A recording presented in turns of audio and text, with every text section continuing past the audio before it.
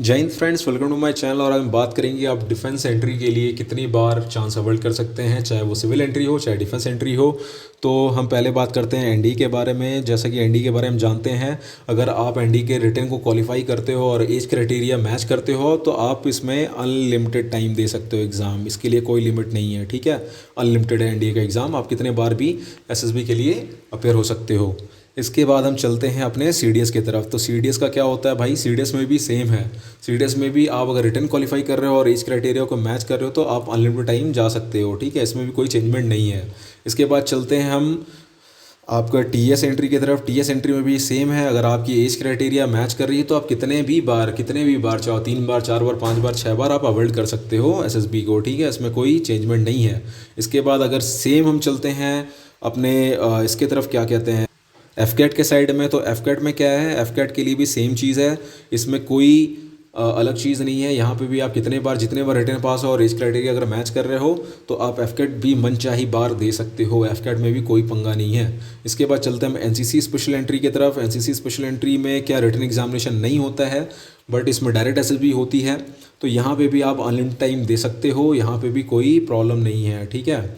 उसके बाद जो एसएससी टेक एंट्री होती है, एसएससी टेक एंट्री का बताता हूँ मैं क्या है। यहाँ पे भी आपका कोई रिटन एग्ज़ाम नहीं होता है, आप डायरेक्ट अपेयर होते हो एग्ज़ाम के लिए। यहाँ पे भी आप अनलिमिटेड टाइम दे सकते हो एसएसबी। यहाँ पे भी कोई ऐसा बॉन्डिंग नहीं है या बाउंडेशंस नहीं है कि आप भाई एक ही बार दोगे, 2 ही बार दोगे। आप जितनी बार एज क्राइटेरिया मैच कर रहे हो उतनी बार आप दे सकते हो।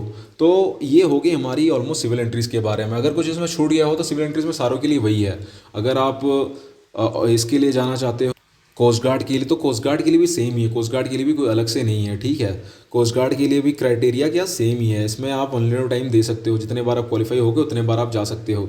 अब हम चलते हैं अपना डिफेंस एंट्रीज़ की तरफ, जो कि बहुत ही इंपॉर्टेंट है। तो डिफेंस एंट्रीज़ का क्या है, डिफेंस एंट्रीज़ के बारे में बताता हूँ मैं। एक एसीसी एंट्री होती है। एसीसी एंट्री होती है आर्मी में सर्व करने वाले सोल्जर्स के लिए, नेवी वालों के लिए और एयरफोर्स वालों के लिए। तो इसमें क्या होता है कि भाई अगर आप रिटन एग्जामिनेशन होते हैं, पहले आपने फर्स्ट टाइम जो रिटन एग्जाम दिया आप उसको क्वालिफाई नहीं कर पाते, कोई बात नहीं। इसके बाद सेकंड देते हो, आप इसमें क्वालिफाई कर लेते हो और आप एसएसबी को अटेंड करते हो, ठीक है। और एसएसबी में अगर इनकेस आप स्क्रीन आउट होते हो तो भी वो एक चांस में काउंटिंग में आ जाती है। इसके बाद आता है आप थर्ड बार देते हो रिटन, थर्ड बार रिटन क्वालिफाई नहीं होते हो, फोर्थ बार रिटन देते हो, फिर अगेन क्वालिफाई हो जाते हो और आप एसएसबी को अटेंड कर लेते हो। इनकेस अगर आप एसएसबी अटेंड नहीं करते हो तो आपका काउंटिंग में नहीं, बट अगर आपने अटेंड कर ली तो वो काउंटिंग में आ जाता है। तो आपका 2 काउंटिंग हो गई, ठीक है। इसके बाद 5वीं बार हो सकता है फिर आप रिटन क्वालिफाई ना कर पाओ, 6ठी बार में फिर रिटन क्वालिफाई कर लिया और एसएसबी को अटेंड कर लिया। जैसे ही आप अटेंड करते हो आपका काउंटिंग बढ़ गया। अब यहाँ पे आपने 3 चांस अवॉइड कर लिए। तो एसीसी एंट्री के लिए कितने हैं, टोटल 3 ही चांस होते हैं, ठीक है। बस 3 चांस है एसीसी एंट्री के लिए। अगर आप फिर भी 7वीं बार रिटर्न दे देते हो, 6ठी मतलब आप 3 बार आप क्वालिफाई हो चुके हो एसएसबी के लिए और उसके बाद भी आप रिटर्न देते हो और अगर आपका नाम फिर से अगेन आ जाता है तो वो डिसिप्लिनरी एक्शन के तहत आपके ऊपर कार्रवाई हो सकती है। तो ऐसा कोई भी कदम ना उठाएं जो कि आपके एसीआर को ख़राब करे, ठीक है। तो आपकी जो सर्विस रिकॉर्ड्स हैं उनके ऊपर कोई भी ऐसा कदम ना लें जिससे आपको इफेक्ट पड़े, बिकॉज आगे बहुत सारी एंट्रियाँ पड़ी हैं यार। तो ऐसा कोई गलत काम किस लिए करना है। इसके बाद आती है, हम बात करते हैं एससीओ एंट्री के बारे में। तो एससीओ एंट्री में क्या है, एससीओ एंट्री में कोई रिटन एग्जाम नहीं होता, ठीक है। इसमें आपको आगे परमिशन लेना पड़ता है अपने सीनियर ऑफिसर से। तो अगर आपने पहली बार में परमिशन लिया और आप एसएसबी को अटेंड कर लेते हैं तो आपका 1 चांस काउंटिंग हो गया। एससीओ में भी होती हैं टोटल 3 चांस। सेकंड बार आपने परमिशन लिया और किसी कारण की वजह से आप क्वालिफाई नहीं कर पाए तो यहाँ कोई काउंटिंग नहीं जुड़ेगी। थर्ड बार आपने परमिशन लिया और अगर इनकेस स्क्रीन आउट भी होते तो यहाँ सेकंड चांस काउंटेड हो जाता है। 4 टाइम सेम, अगर आपने परमिशन ले लिया है और आपने एसएसबी अटेंड कर ली है तो आपकी काउंटिंग काउंट में आ जाएगी। तो इसके लिए टोटल 3 काउंटिंग होती हैं, ठीक है। 3 ही बार आप एससीओ भी दे सकते हैं। इसके बाद चलते हैं हम अपने पीसीएसएल के बारे में। पीसीएसएल भी एक होती है जिसमें हम एक जवान से एक ऑफिसर बन सकते हैं, ठीक है।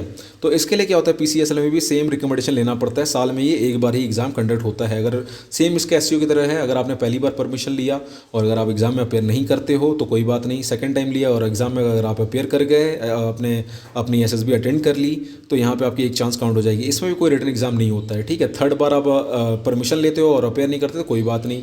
4th टाइम आप परमिशन लेते हो और अपेयर करके तो फिर काउंटिंग में आ गई। 5th टाइम आप परमिशन लिए, अपेयर कर गए तो काउंटिंग में आ गई। तो इसके लिए टोटल 3 चांसेस होते हैं पीसीएसएल के लिए।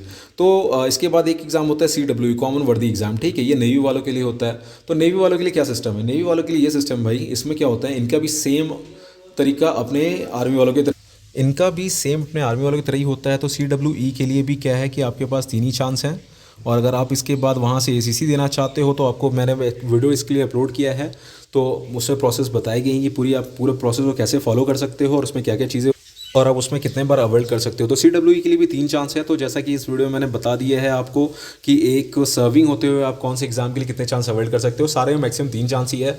जो रिटर्न का डाउट था वो रिटर्न का डाउट मैंने अपने ACC वाले जो वीडियो इसके ऊपर थोड़ी देर पहले मैंने समझाया उसमें वो डाउट क्लियर कर दिया है। तो अगर आपको ये मेरा वीडियो अच्छा लगे तो please do like and subscribe my channel. जय हिंद।